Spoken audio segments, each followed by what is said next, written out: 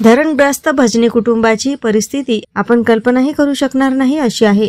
माधवरामा भजनी मूळ कळमनुरी तालुक्यातील असून इसापूर धरणामुळे बरड शेवाळा येथे गेल्या काही वर्षांपासून राहतात।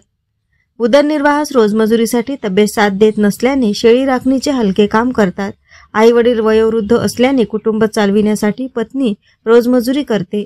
मुलीचा विवाह तोंडावर आला असून कन्यादान साहित्य खरेदीसाठी आर्थिक परिस्थिती आड आल्याची बरड शेवाळा सामाजिक कार्यकर्ते वसंतराव चौधरी यांनी प्रभाकर दैभाते यांना माहिती दिल्याने त्यांनी आपण आपले काम करत समाजासाठी काहीतरी देणे लागते या उदात्त हेतूने प्रेरित होऊन कार्य करणाऱ्यातील आपणही काही कुटुंबांसाठी तयारी दाखवलेल्या रुई येथील शेतकरी कुटुंबातील सामाजिक कार्यकर्ता लक्ष्मणराव कदम पाटील रुईकर यांना माहिती दिल्याने त्यांनी कोणताही गाजावाजा न करता कन्यादान साहित्य घरपोच देत सामाजिक बांधिलकी जोपासली।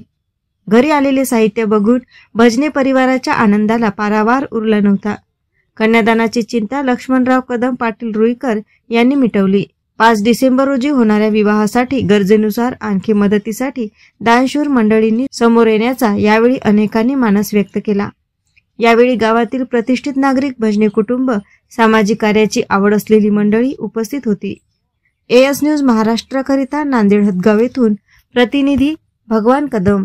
आज आपल्या बरडशेवाळा या गावातील आमची भगिनी निकिता हिचा शुभविवाह येत्या 5 तारखेला असून मला आपले पत्रकार बांधव दैवाते साहेब यांच्या माध्यमातून सदरील विषय कळाला आणि त्यांच्या माध्यमातून गावकऱ्यांच्या माध्यमातून मला एक छोटीशी सेवेची संधी मिळाली।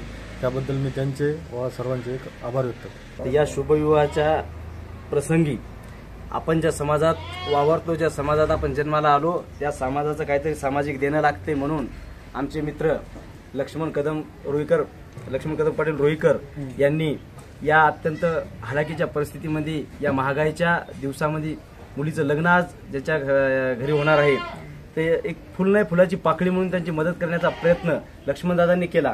तर निश्चितच ही गौरवाची बाब आहे आणि प्रत्येकानं समाजाचं काहीतरी देणं लागते याची जाण ठेवून असं जर प्रत्येकानं कार्य जर करत राहिलं तर निश्चितच प्रत्येक माणसाला त्याच्यावरती असलेल्या कुठल्या जरी वेदना असतील तर जे काही दुःखाचा डोंगर असेल ते कुठं ना कुठेतरी कमी असल्याचं आणि आपल्यासोबत ही माणसं काहीतरी आहेत बाबा याच्यामध्ये आपल्या आजूबाजूला वावरणारे माणसांमध्ये माणुसकीचं प्रदर्शन त्यांनी आज दिलेलं आहे।